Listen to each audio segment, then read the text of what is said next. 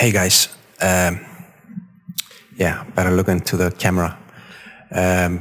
Welcome to the channel. I'm Hafi and this is Hafi on the go.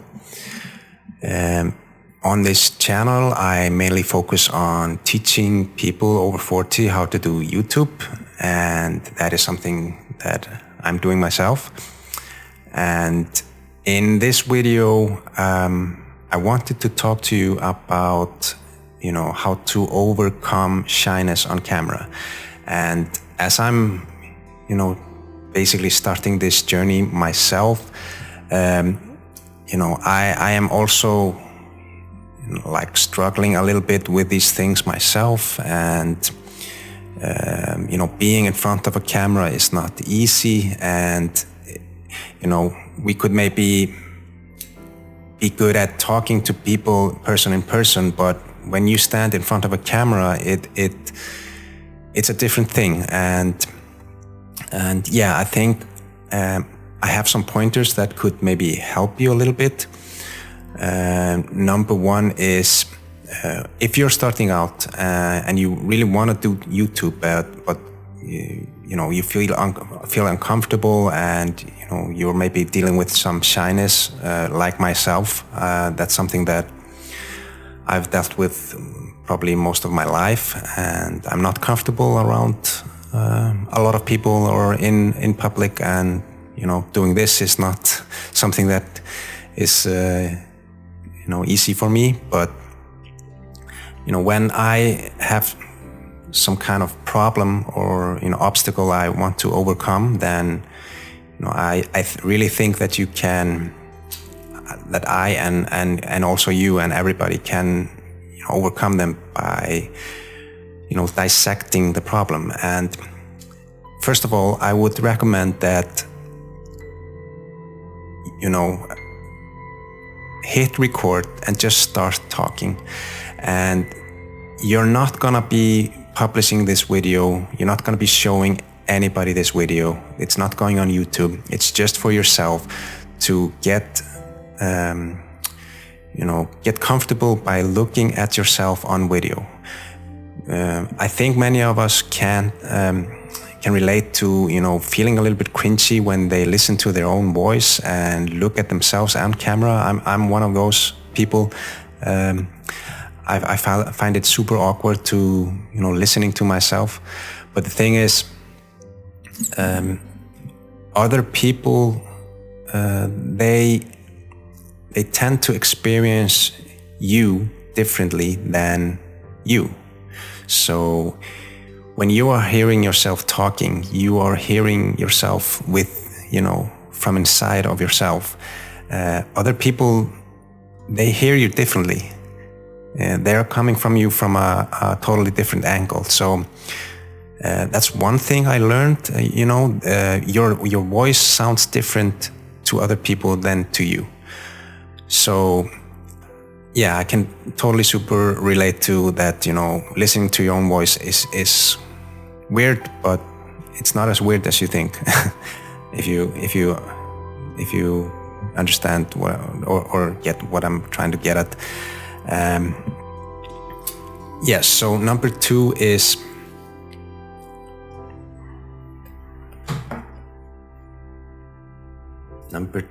what?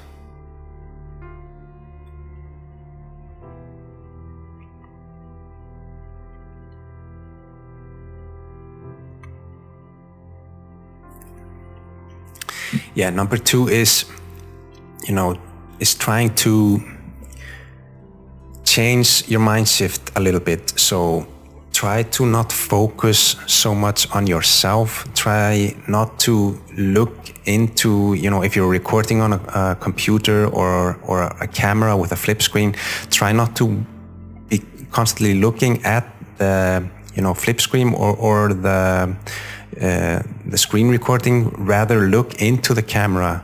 Try to focus on the camera and look at the camera like it was your best friend that you were talking to. A best friend that you're trying to give advice, you're trying to help, and giving value. Your message should be really your focus. I think that once you focus on, really what you're saying rather than, the camera, the microphone, or the technical stuff, how you look on camera, once you start talking to the camera like it's a person, things will, I think, fall in place pretty quickly, and it comes out more natural. So yeah, that's something to think about. Shift the focus from you to the camera being a person. And number 3 is to, be mindful of your posture. Try to, sit straight. Try to breathe. Don't start breathing quickly, and just be mindful of your, how you are sitting. Are you comfortable? Maybe you're more comfortable standing when you are talking into a camera, or sitting. Depends. That's something that I think you should check. Number 4 is bullet points. So I see a lot of people, they want to script their videos from, A to Z. And some people even use teleprompters. I would highly recommend not using a teleprompter.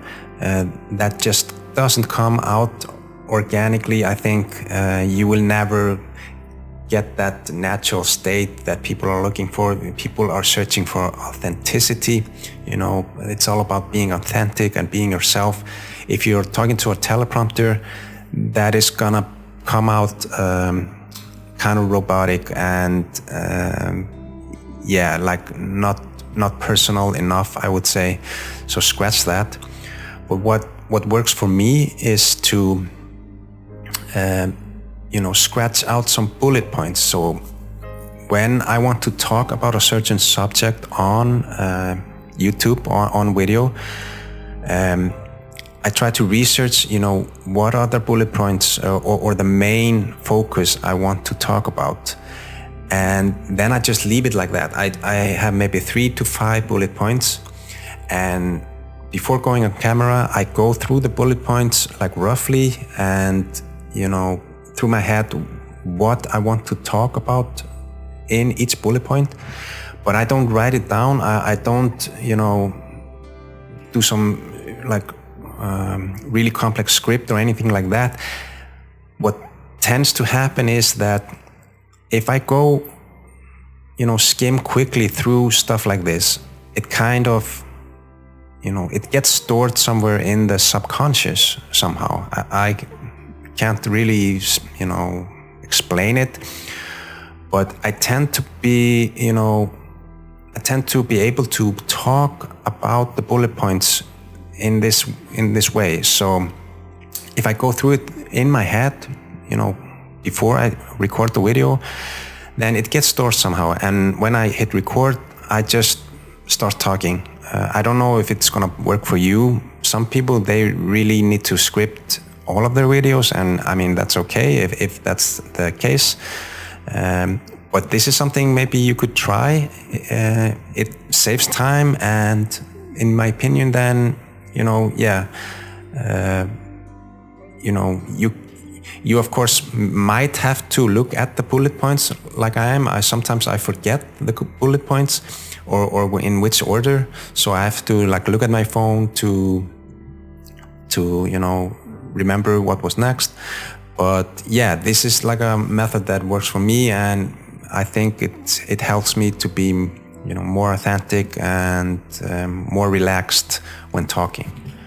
Yeah, and now I'm gonna check my phone. What was next? This was number 4. So the last thing, number 5, is watch yourself and learn.